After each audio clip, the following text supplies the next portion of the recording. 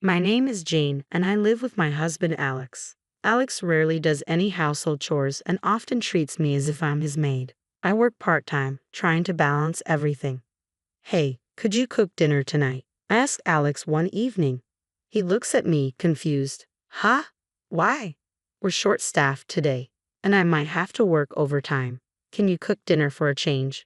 He scoffs. What are you whining about? I'm the one who brings home the bacon. It's only natural you do all the housework. His tone is dismissive, making me feel small and insignificant. So, I let the matter drop. One day, as I was finishing up some chores, I heard a cheerful voice. Hey there, I'm home. A man walked in energetically. It was my brother-in-law, Mike. Mike?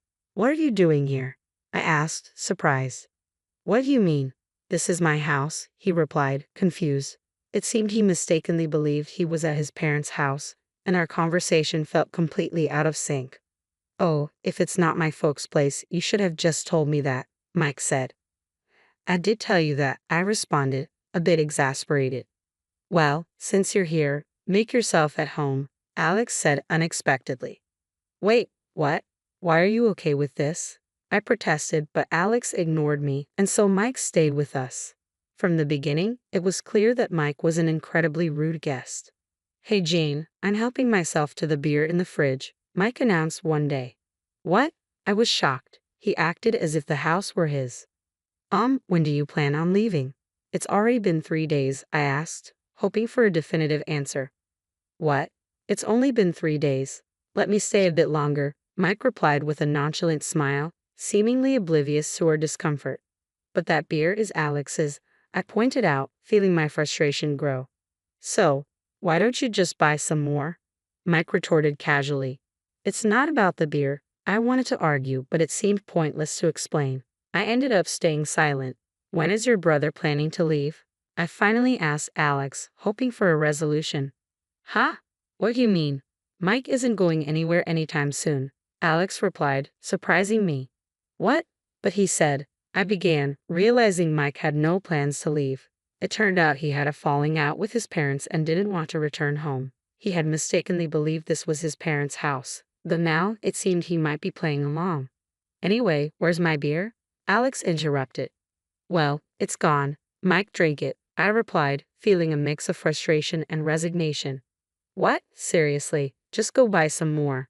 Alex snapped angrily, leaving me no choice but to head out to buy beer. As I prepared to leave, Alex called out, Oh, Jane, while you're out, grab some snacks too. Why can't you buy it yourself? Nah, it's a hassle. It's your job as the housewife, he said dismissively, treating me like a servant. Please, enough is enough. This behavior is disrespectful, and I won't tolerate it. Ha! Are you standing up to me? Mike suddenly took on a threatening demeanor as soon as I challenged him. Look, I'm not trying to overstay my welcome. I'm just crashing here for a bit, okay? But, shut up, no buts, Mike insisted firmly, making me feel overwhelmed by his pressure. Just as I struggled to respond, Alex walked into the room. What's going on? Why are you two arguing? Alex asked, clearly confused. Well, Mike won't leave our house, I explained decently. So what? It's okay if he stays, right bro? Alex replied casually, surprising me. What? I couldn't believe Alex didn't seem bothered by Mike's presence. And he's been drinking your beers, I added, hoping Alex would understand my frustration. You can just buy more, Alex said matter-of-factly. Right, fine, I'll do as you wish, Mike interjected, seeming to acquiesce reluctantly. Exhausted from the argument, I silently agreed to go buy more beer. My passive response seemed to worsen the situation, as Mike's behavior only grew more obnoxious. Hey, beer, Mike's voice echoed as I left the room. Do you really think you'll get a beer talking to me like that? Mike challenged, his tone confrontational. It had been a month since Mike arrived, and he had started treating me like an authoritarian spouse. Well, isn't there a polite way to ask for things? I responded cautiously, hoping to reason with him. Ha! Are you trying to lecture me, just a housewife? Mike belittled me, making his disdain clear. Hey Jane, I'm off to play golf. You two have fun. Alex's voice interrupted from the entrance. Wait, alone with Mike? I protested. Yeah, so what's the problem? Alex shrugged. There's a big problem. Given Mike's behavior lately, it's obvious he might cause trouble. Can't you take him along? He's not into golf. Alex brushed off my concerns, leaving me alone with Mike despite my objections. That's kind of hurtful. So you don't want to hang out with me that much? Mike approached, smirking. But when are you planning to leave this house? It feels like you're treating me like a servant, I retorted, frustrated. Not like. You were my servant, he declared, the words cutting deep. I'm single after all. Always wanted a servant like this. His tone suggested he genuinely believed a housewife was little more than a servant. What a terrible man. I'm not a servant. I'm a proper housewife, I insisted, trying to maintain my dignity. What's the difference? Just bring me some snacks. Hurry up, Mike ordered nonchalantly, lounging in the living room, his entitlement palpable. I ignored him as Mike threw an ashtray. Thankfully, it missed me but shattered the glass on the shelf. Hey, who do you think runs this place? You're getting too cheeky, Mike growled, his anger simmering. Feeling unsafe, I reluctantly fetched him snacks and a new beer. Perfect. This is the life I've always wanted, he exclaimed, reveling in his perceived authority. I feared another outburst if I displeased him, so I waited anxiously for Alex to return. I'm home, Alex finally announced after several hours. Alex, I was so scared, I confessed, hoping for his support. Whoa, what happened in here? It's a mess, Alex remarked, more concerned with the room's condition than my distress. Well, Mike threw an ashtray, and I was scared. I tried to explain to Alex. What? It didn't hit you, did it? Then it's no big deal, right? Alex responded casually, shocking me. Would any caring husband react like this if his wife could have been seriously hurt? Hey, welcome home. Your wife trashed the room, Mike interjected, unfairly blaming me for the mess. What? You're the one responsible. Why are you blaming my brother? I protested, frustrated. No, it's not like that, I insisted desperately, but Alex, possibly due to being drunk, refused to listen. He scolded me to clean up and take care of Mike. Dealing with drunk Alex was exhausting. He repeated himself endlessly. Even though I was exhausted, I had no choice but to endure his lectures to avoid more trouble. I'm tired, I sighed, 2 hours after Alex came home. Finally, his lectures were over, but I was completely drained. So, what's for dinner? Alex asked mercilessly. Didn't you eat out? I responded, feeling too tired to even think about cooking. Why would I eat out? You mean you haven't prepared anything? Alex's words cut deep after the 2 hours scolding. How could he expect me to have cooked under those circumstances? Oh, you're so useless. You're really failing as a housewife, Alex continued, dismissing my value as a person. What had I done to deserve this treatment? You're getting scolded.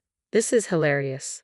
Mike chuckled from the sidelines, finding amusement in my misery. It seemed tormenting others was a pastime for these brothers.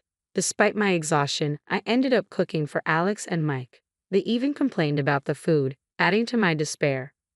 Finally, unable to bear it any longer, I mustered the courage to confront Alex again. Hey, when is Mike going to leave? He can't stay here forever, can he? Not this again, Alex replied, clearly annoyed. It was clear I had chosen a bad time to bring it up. What's wrong with you? Don't you care about your brother? I challenged, though truthfully, I didn't care. He had invaded our home and made my life unbearable. Living with such a person was pushing me to my limits. You know I've been going through a tough time, right? How can you just ignore that? I confronted Alex, seeking understanding. Everyone deals with stress, Alex responded callously. Mike is particularly stressed, so he takes it out on you. His words baffled me. A punching bag? Me? I asked incredulously. In this house, you're the best candidate for it, Alex replied bluntly. You should feel privileged to be Mike's punching bag. His words stung deeply, rejecting my feelings entirely. I don't want that, I shouted in protest, but Alex dismissed me. It's not about what you want. You're just a punching bag. Punching bags don't have feelings, he asserted coldly. Reflecting on it, Alex had been mistreating me for a while now, yelling without cause, even resorting to physical aggression. You're heartless, I muttered, tears welling up in my eyes. But even as I cried, Alex remained unmoved. Oh, what a bother. Women always think crying will fix everything. Cry all you want. I'm not going to do anything. Now go get me a beer, he ordered, indifferent to my emotions. Once again, it was about the beer. He didn't care about how I felt at all. That was the final straw. I couldn't endure it any longer. I shouted, surprising even myself. Alex looked taken aback but persisted in his verbal assault. Why are you so upset? You have a problem with me and my brother. If you're unhappy here, why don't you just leave? This is my house, so you're the one who should go. I couldn't believe what I was hearing. Leave me inside with his brother. Wasn't that the issue? When I sought clarification, Alex simply reiterated, yes, you should leave. That's absurd. Why should Mike stay when you arrive later? He's my brother, okay? And you're just someone who isn't related by blood. Not related by blood? I never imagined my husband, whom I marry for love, would treat me so poorly. Something inside me shattered at his words. What? Are you shocked? If you hate it so much, just go. You can divorce me too. Alex continued to taunt me as I stood there, stunned. Was he really contemplating divorce? It appeared Mike was more important to him than I was. That night, we went to bed in silence, but I couldn't sleep. Alex's cruel words echoed in my mind, haunting me. Leave. Divorce? Was I the only one who believed we were in love? I felt a sudden wave of sadness wash over me. Perhaps my feelings were one-sided.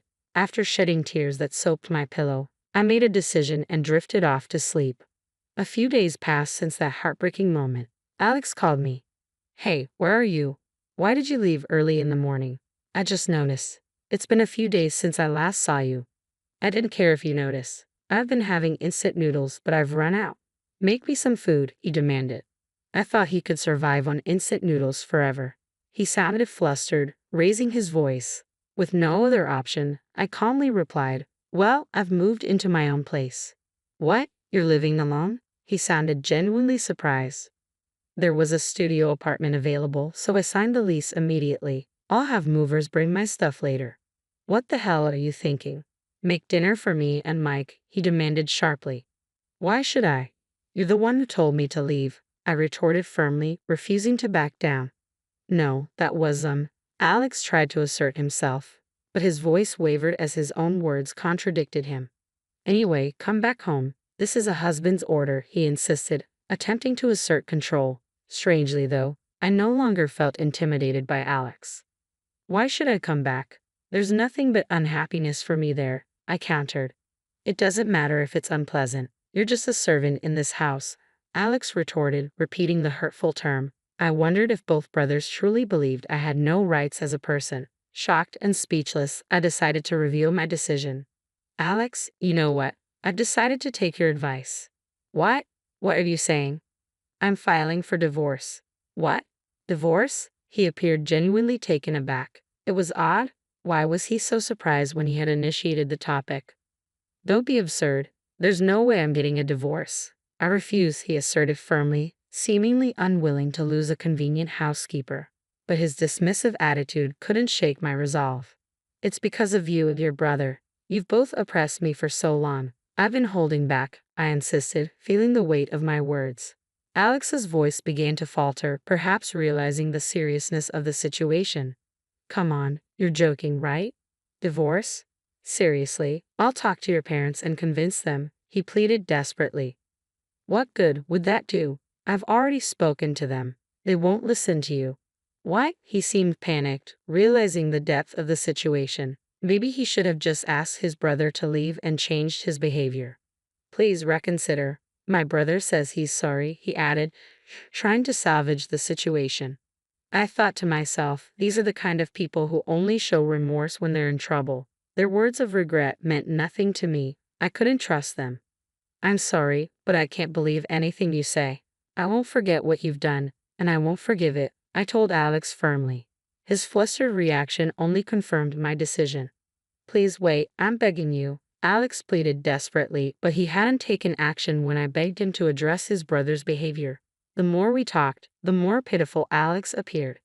Goodbye. There's nothing left to discuss, I stated, finality in my voice. Wait, let's talk. Look, reconsider the divorce, he urged, grasping at straws.